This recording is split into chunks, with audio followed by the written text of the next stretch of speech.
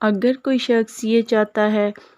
کہ اس کے گھر والے اس سے بہت زیادہ خوش ہوں اور اس کے ارد گرد رہنے والے لوگ جو ہیں وہ اس سے مطمئن ہوں،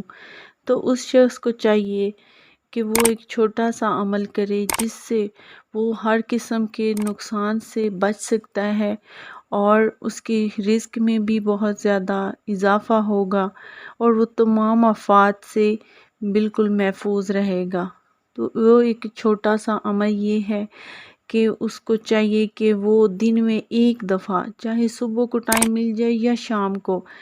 تو اس نے ایک دفعہ سورہ یاسین کی تلاوت ضرور کرنی ہے، اور اس کے بعد وہ جو بھی دعا مانگے گا وہ انشاءاللہ ضرور پوری ہوگی اور اس کو کسی قسم کا کوئی نقصان نہیں پہنچا سکے گا، ہر قسم کی آفت سے محفوظ رہے گا۔ تو